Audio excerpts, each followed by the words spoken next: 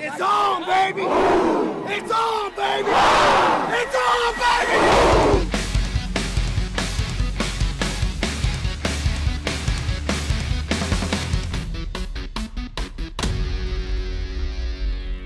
I mean, come on, if that doesn't get you ready, I don't know what will. It's on, baby. And with that, we welcome you to Football Friday, brought to you by Donato's Pizza. I'm Eric Elkin. He is James Ryder. Week 1 puts everyone in the same boat. A new season full of hope and a chance to start off 1-0. As we'll do each week, we pick a game of the week to get us started. And what better way to start than with a good old-fashioned rivalry? Beaver Creek and Xenia renewed the backyard battle last year after a 2-year hiatus, and this season is a special one because Xenia gets to debut its brand new turf field. The Bucks are led by top 22 selection Danny Naylor, who holds or is on the verge of breaking every school passing record. He's only 309 yards away from the career passing mark and 7 touchdowns shy of the career record in that as well. But it's Beaver Creek that strikes first. Tim Bradshaw, 6-yard touchdown run. Beavers take a 7-0 lead into the second quarter. Creek trying to get points off a Xenia turnover. Noah Kerrigan finding a seam, and he's going to go 39 yards untouched. Beaver Creek up 14-zip. And the Beavers not done there as the student section's starting to love this. Hunter Maloney right up the gut, 14 yards, another Creek touchdown. It's 21-0. Sound the alarm, James. It's an upset alert. But the Bucks won't go away quietly. Top 22 selection Danny Naylor hits Ryan Hudson in stride. 20-yard touchdown, 21-7 Beaver Creek. But Nick Black had his team ready to play this season. Bradshaw, huge night, another touchdown, this time from 4 yards out.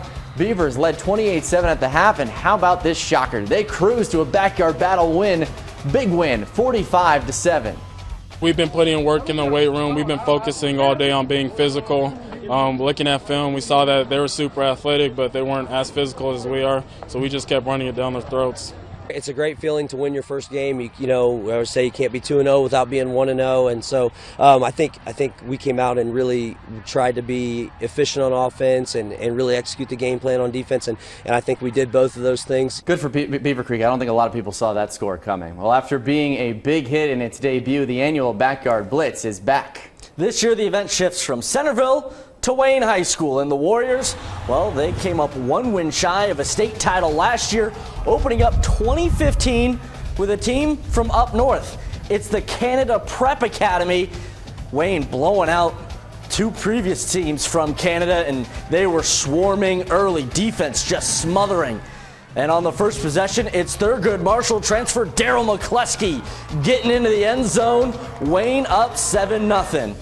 Now it's Messiah DeWeaver, his first real game for Wayne after transferring from Trotwood. He hits LaChristian Smith in stride, 14-0, and the Wayne train is picking up where it left off. DeWeaver, shifty moves, the spin. That had his teammates fired up, and Wayne rolls to a victory over Canada Prep, 38-0. We just got out here, try to run some basic things, and try to get our momentum going. So I think we got a good win, and we're gonna just focus on next week. We had no personnel on them or anything, and it's kind of scary because they have some really, really good-looking players and better than the other 2 Canadian teams that we played. We wanted a lot more consistency, but that'll come. We hope it'll come. Trotwood and Pickerington Central in the late game of the Backyard Blitz. We picked things up in the first quarter. Still no score in this one. Devin Smith gets his hat on the ball, forces the fumble. That's what they teach you to do. Put the hat on the ball. Bounces around. Trotwood would come up with it for 1st and goal. Very next play. The biggest stat, I think, is not just the turnovers, but what you do with them. Ravion Hargrove punches it in from 9 yards out. Trotwood on the board first. And Trotwood opts to go for 2. Markel Stevens Peppers hits Caleb Johnson. Stevens Peppers, of course, taking over for Messiah DeWeaver, who transferred to Wayne, as we just saw. Pickerington Central coming back, hits a field goal at last check. It is now 18-14. Tigers on top in the fourth quarter.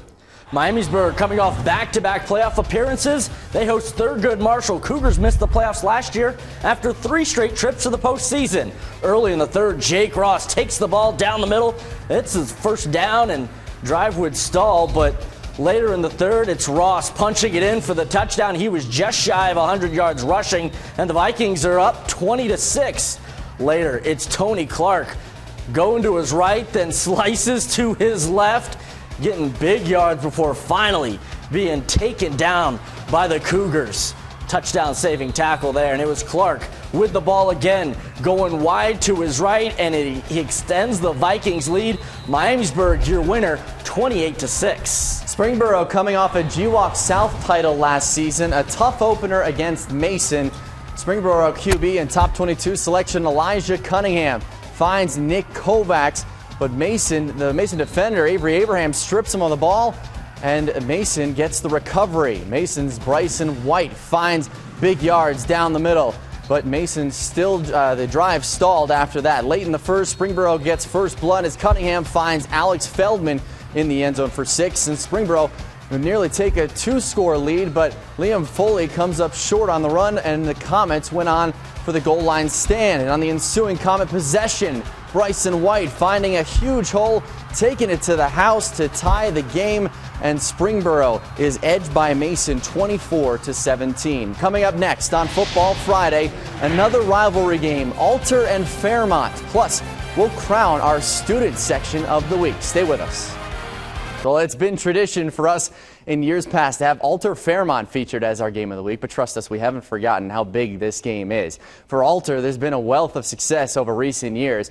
For Fairmont, a chance to finally knock off the Knights. Probably one of the best rivalry games you'll get in this state. First quarter, Alter already up 7-0. Andy Turpin had himself a night, a punishing runner, and he's into the end zone for one of his 4 touchdowns on the day. Knights look like they're going to run away with it early, but special teams can really change a game. Fairmont punting it away after another 3-and-out, but Alter coughs up the football. A huge pileup, and the Firebirds will be the ones that come up with it in the pile. Ensuing drive, Fairmont capitalizes off the turnover. Corday Kyles improvising a little and hits Max Britt near the pylon. Firebirds on the board, 14-7. Late first quarter, Alter just too much. Ryan Markup had himself a night. He scores on the keeper. Alter wins, goes on to win big, 42-21. And don't forget, if you missed any of the highlights from tonight or you just want to watch them again, who wouldn't? You'll be able to find them all on our website. Head to fox45now.com and click on Football Friday under the Sports tab. We'll post the highlights from every show shortly after we're off the air. Centerville enters this season hungry after losing in the first round of the playoffs after going 10-0 in the regular season. Now the Elks once again have one of the toughest non-conference schedules in the area. CHS, though, hasn't lost a regular season non-conference game since their opener in 2012 just happened to be in the pit against Elda. This year, Elks travel to Lakota East. They're taking on the Fairfield Indians. First quarter, Jacob Harrison connecting with Nate Richmond. Centerville inside the 10. And then it's Dominic Ashburn. He'll get the rock. Touchdown run. Centerville on top, 7-0. But Fairfield would answer. David Keeling, he gets the touchdown for the Indians in the second half, or in the second quarter rather. And Centerville upset by Fairfield at Lakota East. This one coming down to a 3-point game, 35-32 the final. Well, and you can get involved with us on Twitter. Tweet us your pictures or videos from the game at ABC22 Fox 45, or tweet us the score from your game that you are at. Don't forget, you can also follow myself, James R. 2245, as well as that guy over there, Eric. He's Eric at Eric 2245. That's me. Shawnee coming off a rare year of not making the playoffs, opening up at Butler. Great student section there. Aviators on the move. Chandler Crane passes to Mark Verdes for the first down. Then Crane will find Traylon Sanders down the sideline, who extends the ball for the touchdown as he reaches for the pylons. Refs discuss it for a moment and finally come to the conclusion it is in fact a touchdown. 6-0 Aviators flying out to the lead. Shawnee wouldn't go easily though. Will Finch finds David Barnett for a 30-yard touchdown, a brave completion I should say, excuse me. Finch then to Barnett again, who almost gets into the end zone, just shy there, about a yard short. Finch this time hands off to Zach Avery. He's the top 22 selection. He just gets over the goal line. 7-6 Shawnee at that time, but Butler would go on to win big. Some late scoring in this one, 56-28. Well, Tippecanoe has made the playoffs 10 years in a row, but now going to be without head coach Charlie Bergbacher, who's an assistant to his son at Troy after 26 years with the Red Devils, hosting Graham Tipp getting out to a 7-0 lead early. Cameron Gibbs, 19 yards to pay dirt. It was 14-0, and Tippecanoe driving again. Gibbs, 40 yards this time, almost untouched. 21-zip Red Devils. In the second quarter, Tippecanoe still controlling the game. This time, top 22 selection, Jacob Prawl. He's on his way to Brown, and he takes the handoff 43 yards. Jukin, jiving, shaking. Almost the entire Graham team can't tackle him. He gets into the end zone. 28-0 Tip. Red Devils win 56-0. Tri-County North went unbeaten in the regular season a year ago, kicking things off against Brookville this year. Blue Devils would start off hot in this one, though. A strong running game from the Blue Devils. Pick it up in the first quarter. That's Harry Hall getting an 8-yard gain to start things off. Then, just 4 minutes into the game, Hall dives into the end zone for the touchdown, and that puts Brookville on top 7-zip. Drawing first blood. Great little student section there. But the Panthers come raging back. Lane Gunder leads the air assault. Rolling out to his left, finds top 22 selection Garrett Woodyard, 15-yard gain, but the two senior captains not done there. 2 plays later, Gunder rolling out again, hits Woodyard again for another 15 yards. They're starting to get a bit of a connection going. Then, Gunder will find the end zone, capping off the drive with a quick quarterback sneak, up the middle to tie things up. 3 minutes to go in the first. The final of this one ended up being 35-14 Brookville wins. New this year on Football Friday, it's our SVG Motors Student Section of the Week. Each week we'll pick one, and it's the Altar Gold Rush here in Week 1.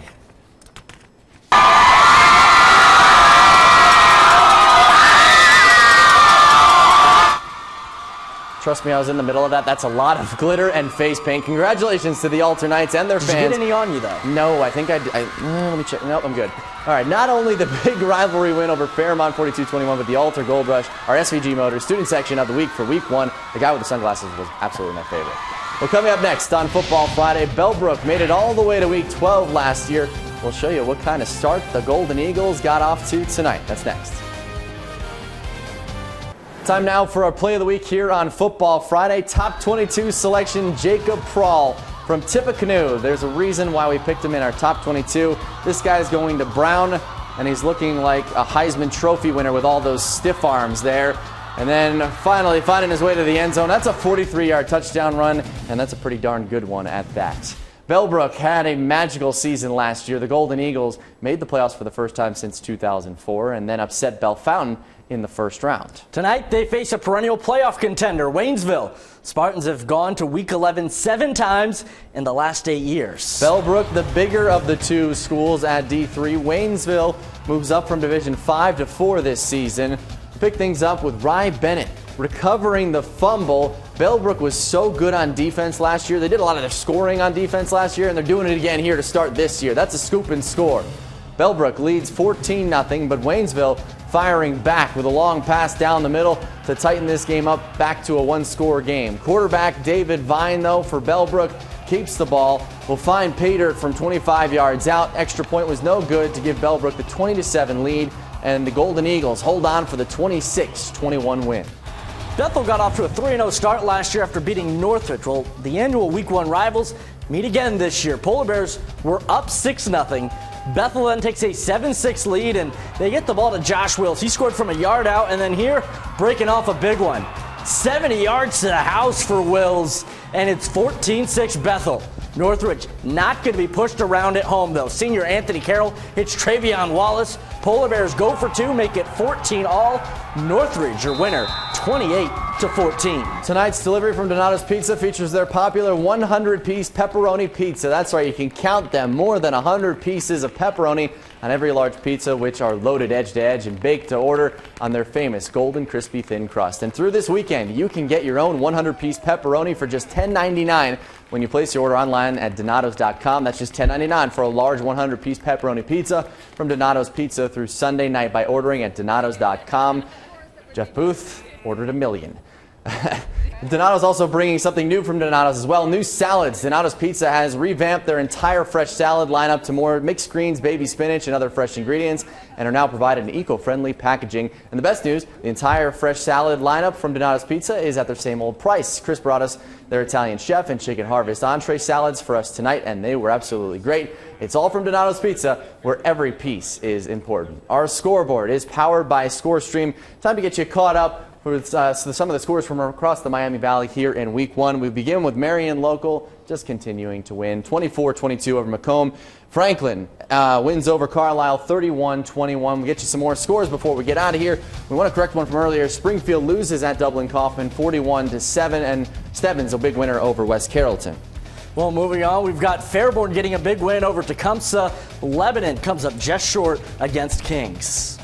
And Monroe edged by Edgewood 21-17. Oakwood loses at Marymount 27-14. And one more for you. We've got Valley View beating West Liberty Salem and Wapakoneta shutting out Bell Fountain. As quickly as it felt like it came, that's Week 1 already in the books. Remember to look online, fox45now.com. We'll post all the highlights there. For James, I'm Eric. Have a great night.